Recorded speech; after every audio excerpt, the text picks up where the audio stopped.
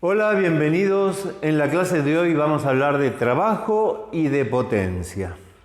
Y lo primero que te tengo que decir es que trabajo en física es algo diferente de trabajo en el lenguaje coloquial.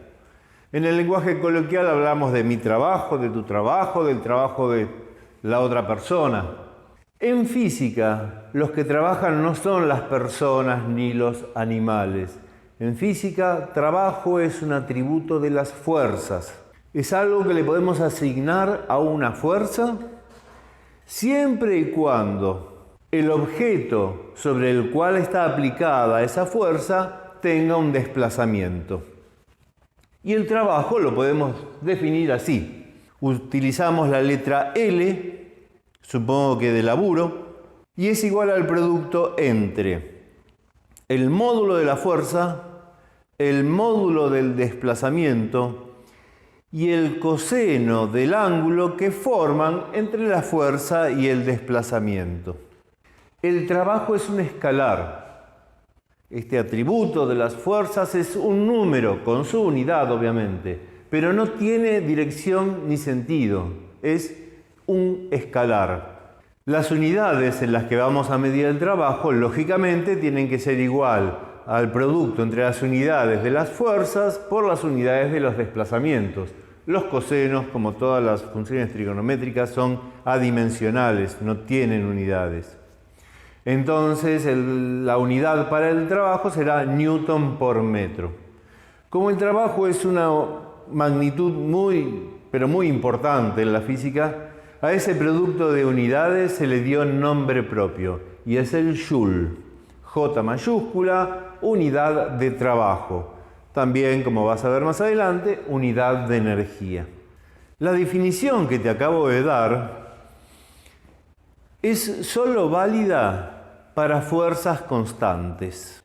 Si la fuerza no fuese constante, entonces para calcular su trabajo ya no vale la definición que te acabo de dar. Y la que hay que utilizar es la general, entre comillas, la verdadera, que se transforma en la particular que viste antes. ¿Cuál es la general?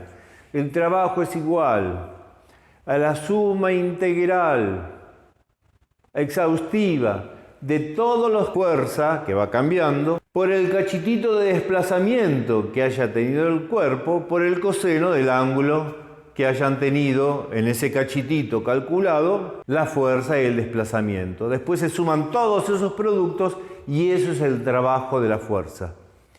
No temas, no desesperes. En el 90% largo de los casos que vas a tener que enfrentar de trabajo, va a tratarse de fuerzas constantes. O sea, puedes usar con tranquilidad la fórmula anterior. Y en aquellos casos en que la fuerza no sea constante, o te damos nosotros el resultado de ese trabajo, o lo vas a poder calcular de otra manera, también muy sencilla. ¿Por qué? Porque si te estoy hablando de integral, también te estoy hablando de cálculo de áreas. Fue Newton, el inventor de la integral, entre otras cosas, el que se dio cuenta que resolver integrales era equivalente a calcular áreas. ¿De qué áreas estamos hablando? Estamos hablando de las áreas en los gráficos de fuerza en función de la posición. Acá tenés un caso. Fíjate que esa fuerza no es constante.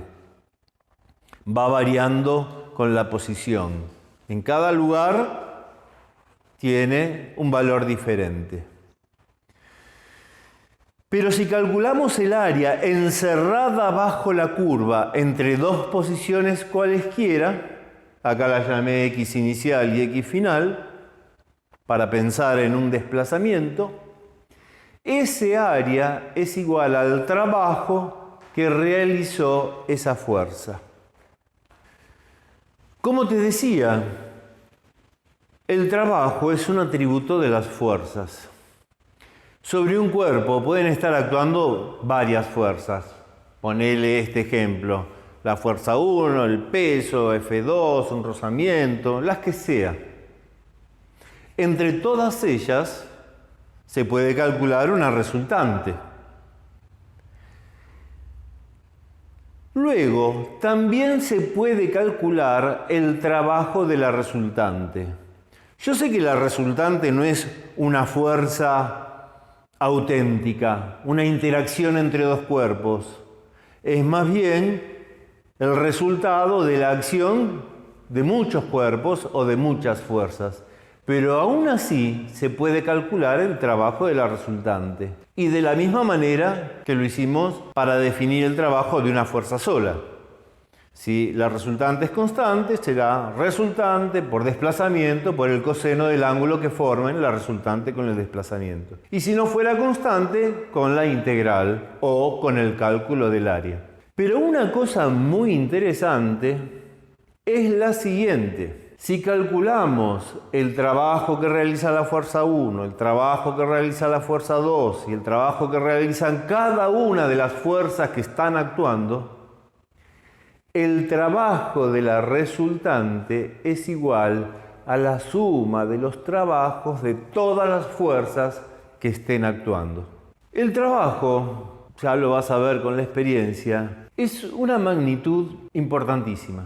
Y lo más importante que tiene el trabajo es que todos los trabajos son responsables de una variación de energía. Esto es un adelanto porque todavía no vimos energía. Pero tenerlo así, como un adelanto. Ya vas a ver lo que es la energía, lo que es la variación de energía, que todavía es más importante que la energía en sí misma. Y vas a ver que cada vez que una energía cambia es porque hay una fuerza que está realizando un trabajo. Eso fue solo un adelanto. Y ahora vamos a hablar de otro concepto importante, la potencia. ¿Qué es la potencia? Imagina lo siguiente, vos subís por las escaleras un edificio de 10 pisos. Yo lo he hecho, así que me imagino que vos también algún momento lo habrás hecho. Imagina estas dos situaciones. Esos 10 pisos los subís de dos maneras diferentes. Una lo haces en 20 minutos. Tomándote tus tiempos, tu descanso en cada uno de los pisos, de a poquito, sin apuro, y llegás al piso 10. La otra forma es subirlos a toda velocidad, digamos, para vos que sos joven, en 3 minutos. Bien, ahí tenés las dos situaciones. En una llegaste pancho, en la otra llegaste con la lengua afuera, al borde del desmayo. El trabajo es el mismo, porque el trabajo es la fuerza que hicieron tus piernas y el desplazamiento los 10 pisos. Sin embargo, los efectos son muy distintos.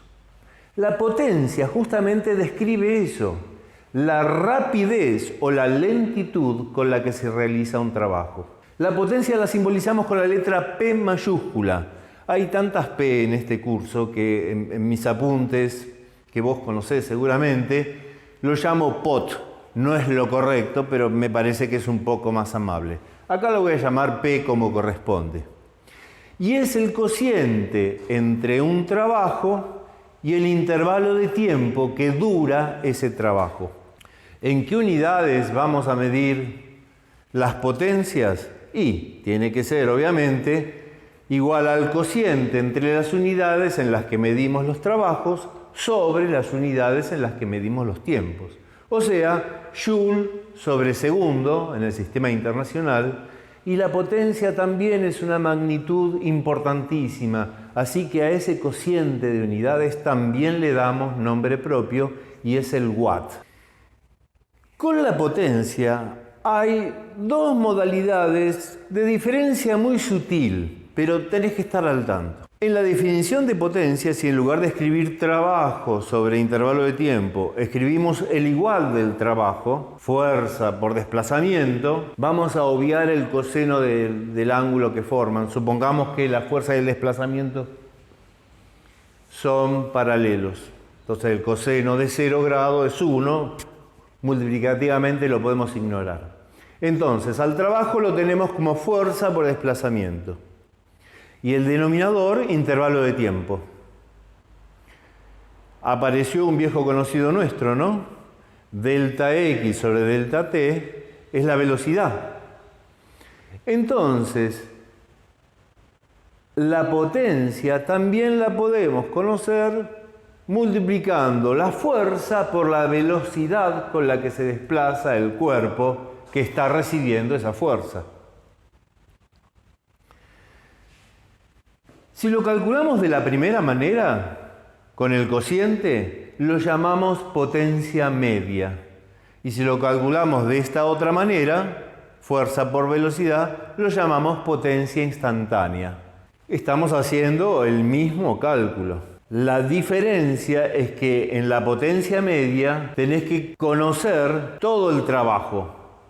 No te olvides que el trabajo es un proceso entre dos instantes, a lo largo de un desplazamiento.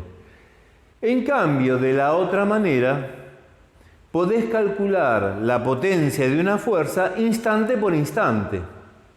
Información que de la primera manera no aparece. De ahí la diferencia de llamarlo potencia media o potencia instantánea. Bien, no hay demasiado más que contarte sobre estas dos magnitudes, pero sí me animo a darte una advertencia más. Ni yo ni nadie puede pretender que vos, ahora que escuchaste esta clase, seas un experto en trabajos y potencias. No, imposible. Nadie nunca aprende nada por escucharlo por la primera vez. Solamente vas a acercarte a los conceptos de trabajo y potencia cuando los empecemos a usar. Cuando sepas qué se les pregunta, qué te dicen, qué describen y qué cosas no describen. Cuando resuelvas ejercicios. Y en nuestro caso en particular, cuando podamos asociar los trabajos a las diferencias de energía, que es el asunto, el tema de la próxima clase. Esto es todo entonces, yo me despido, hasta el próximo video.